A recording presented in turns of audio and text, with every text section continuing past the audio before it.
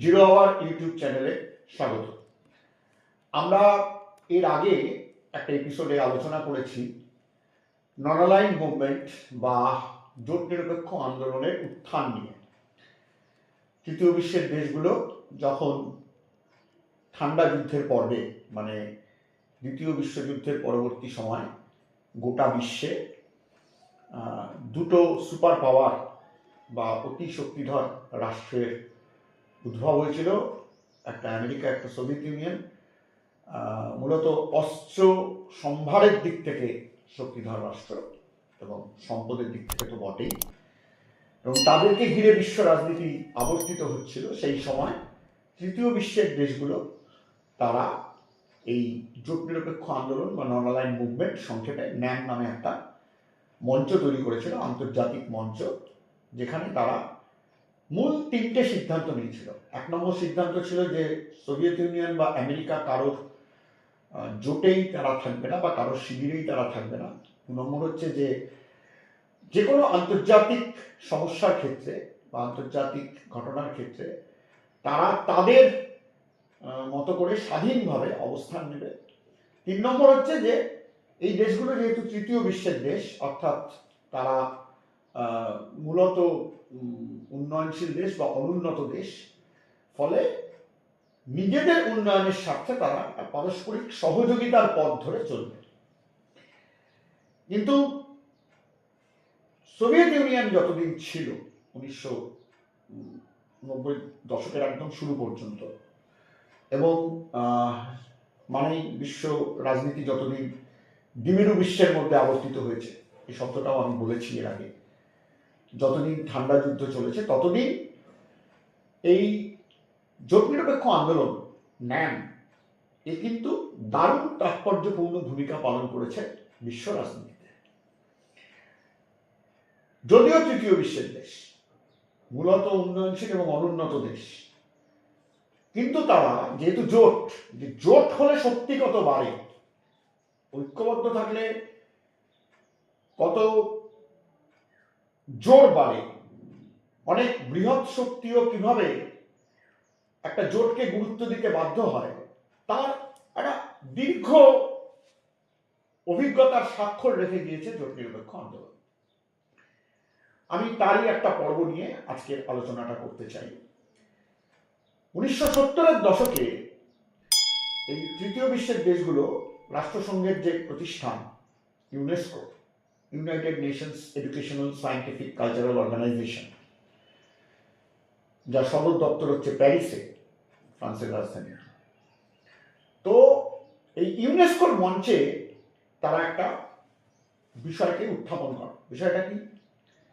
এই বিষয়টা হলো এই যে আন্তর্জাতিক তথ্য প্রবাহের যে দুনিয়া, মানে ইন্টারন্যাশনাল ইনফরমেশন ফ্লোর যে জগৎ, এদেশের খবর ওদেশে পৌঁছানো, ওদেশের খবর এদেশে পৌঁছানো, তথ্যের যে প্রবাহ, এই প্রবাহটার মধ্যে একটা গুরুতর ভারসাম্যের অভাব রয়েছে বলে ইউনেস্কোর মঞ্চে এর একটা আলোচনা তোলে।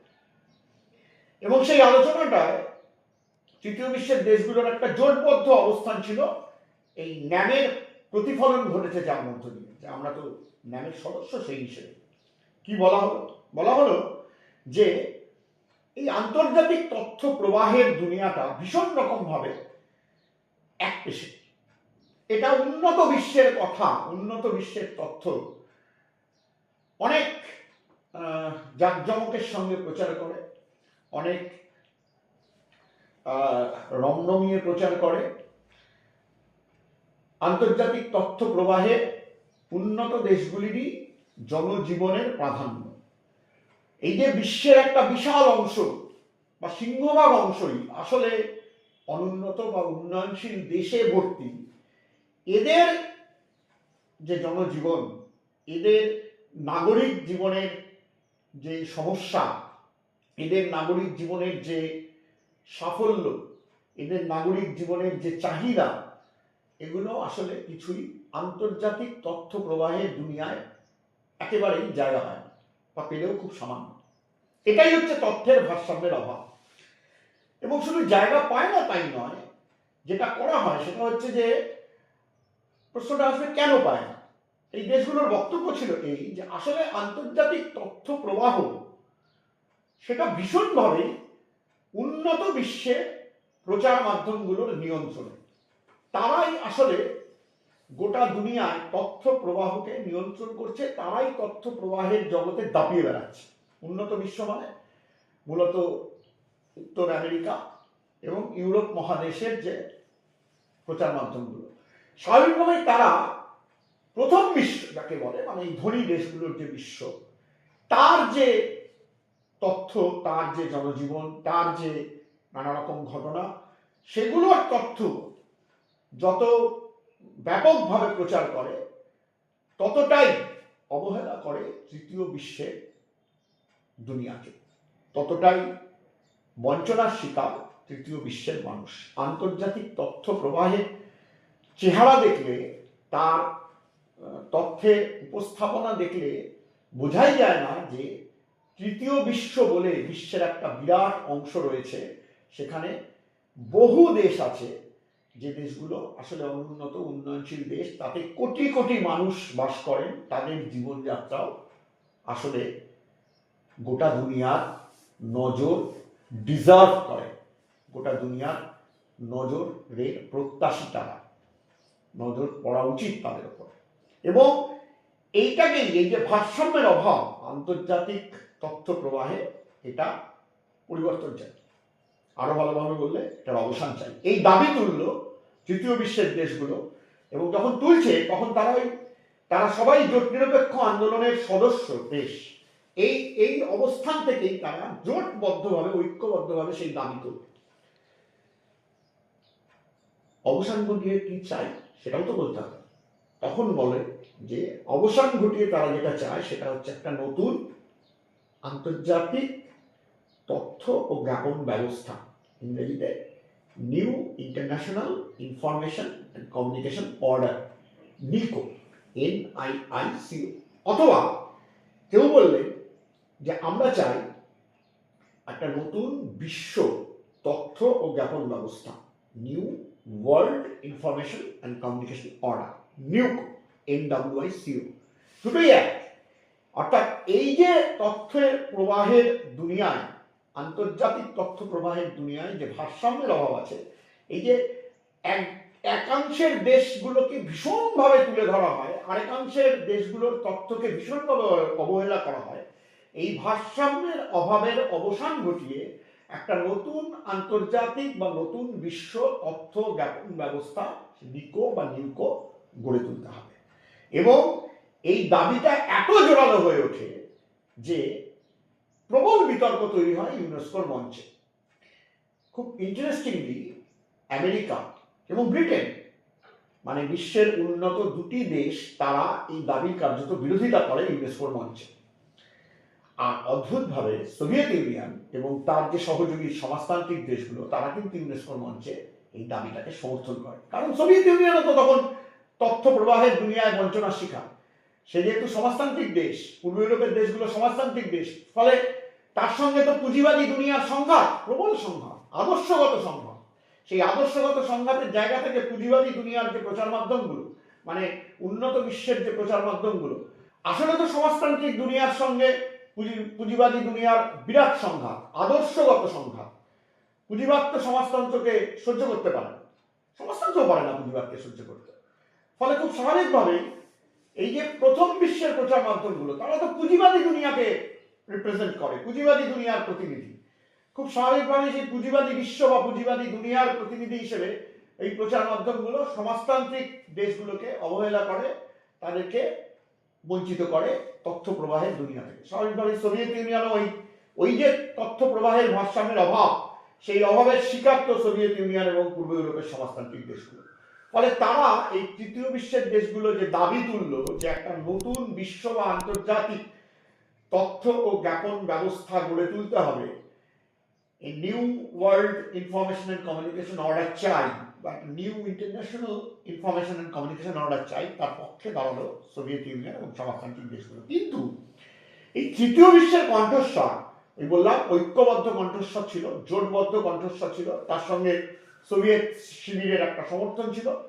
স্বাভাবিকভাবে সেই কণ্ঠস্বরটা এত জোরালো হয়ে ওঠে যে ইউনেস্কো বাধ্য হয় যে সত্যিই কি তথ্যের প্রবাহে ভারসাম্যের অভাব আছে তা খতিয়ে দেখতে। এবং 1977 সালে ইউনেস্কো একটা আন্তর্জাতিক কমিশন তৈরি করে। সেই কমিশনটার নামই ছিল international commission for the study of communication problems. এবং সেই কমিশন তৈরি হয় আয়ারল্যান্ডের একজন বিখ্যাত রাজনীতিবিদ সিয়ান ম্যাকব্রাইডের নেতৃত্বে। উচ্চারণটা কেউ করে সিয়ান ম্যাকব্রাইড, কেউ বলেন শন ম্যাকব্রাইড। আমি তোমাদের বলবো তোমরা সিয়ান ম্যাকব্রাইডই বলো আর শন ম্যাকব্রাইড বলো। ম্যাকব্রাইড কথাটা মাথায় রাখতে হবে, আমি শন ম্যাকব্রাইড বলেই বলছি। শন ম্যাকব্রাইড হচ্ছেন আয়ারল্যান্ডের একজন বিখ্যাত রাজনীতিবিদ। 1974 সালে তিনি নোবেল শান্তি পুরস্কার পেয়েছিলেন। একটা দীর্ঘ সময় তিনি আয়ারল্যান্ডের বিদেশমন্ত্রী ছিলেন। আয়ারল্যান্ডের একটা স্বাধীনতা সংগ্রাম হয়েছিল, তাতে তিনি অংশ নিয়েছিলেন। এই ব্যক্তির নেতৃত্বে একটা কমিশন তৈরি হয়। যেহেতু ম্যাকব্রাইডের নেতৃত্বে কমিশন, তাই প্রচার মাধ্যমে বা আন্তর্জাতিক সম্পর্কের যে চর্চা, তাতে এই অত বড় কমিশনটার নাম ছোট হয়ে দাঁড়ায় ম্যাকব্রাইড কমিশন। মানে international commission for the study of communication problems, এটা তার পোশাকি নাম হয়ে দাঁড়ায় এবং পরিচিত নাম হয়ে দাঁড়ায় ম্যাকব্রাইড কমিশন। এই কমিশন 1977 সালে তৈরি হয় এবং এই কমিশন গঠনেরও বিরোধিতা করে আমেরিকা এবং ব্রিটেন। এবং তা সত্ত্বেও সেই কমিশন পৃথিবীর বিভিন্ন দেশে গিয়ে তারা স্টাডি করে, অধ্যয়ন করে সত্যিই সেখানকার জনজীবন, তাতে কত রকমের বৈচিত্র্য আছে, তাদের সংস্কৃতি কি, তারা কিভাবে আসলে আন্তর্জাতিক প্রচার মাধ্যমে উপেক্ষিত, বঞ্চিত, অবহেলিত, তার একেবারে ওই ফিল্ড এক্সপেরিমেন্ট করে। এবং এই কমিশনের অন্যতম সদস্য ছিলেন ভারত থেকে একজন প্রবীণ সাংবাদিক বি.জি. ভার্গিস। বিখ্যাত লেখক গ্যাব্রিয়েল গার্সিয়া মার্কেজ, তিনিও এই কমিশনের সদস্য ছিলেন। এবং এই কমিশন, বললাম, তৃতীয় বিশ্বের বিভিন্ন দেশ ভ্রমণ করে, ভারতও এসেছিল। এবং তার ভিত্তিতে তারা একটা রিপোর্ট দেয় 1978 সালে। 1 বছরের মধ্যে তারা একটা প্রাইমারি রিপোর্ট দেয় ইউনেস্কোকে। এবং সেখানে তারা তখনই একটা হিন্টস দেয় যে ঠিকই তথ্যের প্রবাহে একটা ভারসাম্যের অভাব আন্তর্জাতিক তথ্য প্রবাহের দুনিয়ায় রয়েছে। কারণ এই দেশগুলো ঘুরে আমরা বুঝে গেছি যে এইসব দেশের জনজীবনে অজস্র ধারা, সংস্কৃতি, বৈচিত্র্য রয়েছে, অজস্র ঘটনা রয়েছে আন্তর্জাতিক তথ্য প্রবাহের দুনিয়ায়, যার কোনো প্রতিফলন নেই। এবং শেষ পর্যন্ত 1980 সালে ইউনেস্কোর যে সাধারণ সম্মেলন হয়, সেখানে কমিশন তার চূড়ান্ত রিপোর্ট দেয়। এবং সেই রিপোর্টের নামটাও খুব ইন্টারেস্টিং। নামটা হচ্ছে মেনি ভয়েসেস ওয়ান ওয়ার্ল্ড, কণ্ঠস্বর অনেক, বিশ্ব একটাই। কি দুর্দান্ত নাম বলো, তাই না? এবং এর মধ্য দিয়েই বুঝিয়ে দিল যে আমরা স্বীকৃতি দিচ্ছি যে বিশ্ব শুধুমাত্র প্রথম বিশ্ব নয়, এমনকি বিশ্ব শুধুমাত্র তৃতীয় বিশ্বও নয়, কিংবা বিশ্ব শুধুমাত্র সমাজতান্ত্রিক দেশগুলোর বিশ্বও নয়। বিশ্ব এক বৈচিত্র্যময় অস্তিত্ব, বিশ্বের অজস্র কণ্ঠস্বর। কিন্তু তবু আমরা সবাই একই বিশ্বের নাগরিক, একটাই বিশ্ব আমাদের, কিন্তু আমাদের মধ্যে বৈচিত্র্য অনেক। এবং সেই রিপোর্টে কমিশন পরিষ্কার জানিয়ে দেয়, ম্যাকব্রাইড কমিশন, যে প্রথম তৃতীয় বিশ্বের দেশগুলো যে অভিযোগ তুলেছে এই আন্তর্জাতিক তথ্য প্রবাহের দুনিয়ায় ভারসাম্যের অভাব আছে, তৃতীয় বিশ্ব অবহেলিত, প্রাধান্য প্রথম বিশ্বে, এটা একদম সঠিক অভিযোগ। 2, এই ভারসাম্যের যে অভাব তাকে দূর করা দরকার। 3, তৃতীয় বিশ্বের দেশগুলো যে দাবি তুলেছে এই ভারসাম্যের অভাবকে দূর করে একটি নয়া বিশ্ব তথ্য জ্ঞাপন ব্যবস্থা বা একটি নয়া আন্তর্জাতিক তথ্য জ্ঞাপন ব্যবস্থা গড়ে তুলতে হবে। এই সবকটিতেই তারা রিপোর্টে স্পষ্টভাবে উল্লেখ করে এবং ইউনেস্কোতে সেই রিপোর্ট গৃহীত হয়। আবারও মজার ঘটনা হলো, রিপোর্ট তো গৃহীত হবেই, কারণ তৃতীয় বিশ্বের অতগুলো দেশ এই রিপোর্টকে সাপোর্ট করেছে, সমাজতান্ত্রিক দুনিয়া সাপোর্ট করেছে। আমেরিকা এবং ব্রিটেন তার প্রতিবাদে ইউনেস্কো ছেড়ে বেরিয়েও গিয়েছে, পরে আবার ফিরেছে, কিন্তু বেরিয়েও গিয়েছে। কিন্তু তাই বলে তো রিপোর্টের যে গুরুত্ব, তাৎপর্য, তাকে অস্বীকার করা যায় না। আমরা যে জ্ঞাপন নিয়ে পড়াশোনা করি, বিশেষত আমরা যে গণজ্ঞাপন নিয়ে পড়াশোনা করি, আমরা যে আন্তর্জাতিক তথ্য প্রবাহ নিয়ে পড়াশোনা করি, গণজ্ঞাপন নিয়ে পড়াশোনা মানে তো অবশ্যই তাই।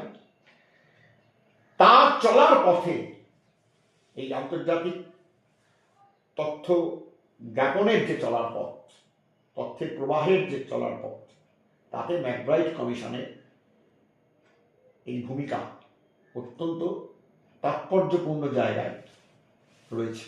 এবং ম্যাকব্রাইট কমিশন যে কথা বলে দিয়েছিল, সে কথাকে কিন্তু কেউ অস্বীকার করতে পারে না।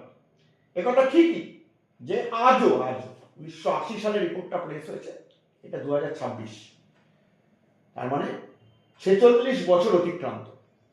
না, আন্তর্জাতিক তথ্য প্রবাহে ভারসাম্যের অভাব আজও দূর হয়নি। একথাও ঠিক যে নয়া বিশ্ব বা নয়া আন্তর্জাতিক তথ্য জ্ঞাপন ব্যবস্থা বাস্তবায়ন করা সম্ভব হয়, কিন্তু তার প্রয়োজনটা রয়েছে, এটাকে চিহ্নিত করে দিয়ে গিয়েছিল ম্যাকব্রাইট কমিশন। আজকের দুনিয়ায় দাঁড়িয়ে, আজকেও দাঁড়িয়ে আমরা সেটা রন্ধ্রে রন্ধ্রে অনুভব করতে পারি। কারণ যখন দেখি আমরা আন্তর্জাতিক তথ্য প্রবাহকে, তখন আমরা যদি সেটাকে গভীরভাবে অধ্যয়ন করি, তাহলে বুঝতে পারবো যে এখনো শুধু তৃতীয় বিশ্ব অবহেলিত এটুকু বলা নয়, এখনো সমাজের যারা নিচের স্তরের মানুষ, যারা আর্থসামাজিক দিক থেকে দুর্বল, কি বিজ্ঞাপন, কি জনসংযোগ, কি চলচ্চিত্র, এমনকি সংবাদপত্র, সাময়িকপত্র, টিভি, ডিজিটাল মিডিয়ার একটা বড় অংশ জুড়ে তারা কিন্তু আসলে অবহেলিত। তাদের ওপরে কিন্তু মূল স্রোতের প্রচার মাধ্যমের আলো খুব পড়ে না। ঠিক আছে, সুতরাং তথ্য প্রবাহে ভারসাম্যের অভাব আজও আছে বলে ম্যাকব্রাইট কমিশনের সেই রিপোর্ট আজও অত্যন্ত প্রাসঙ্গিক। আজ এটুকুই, ভালো থাকুন।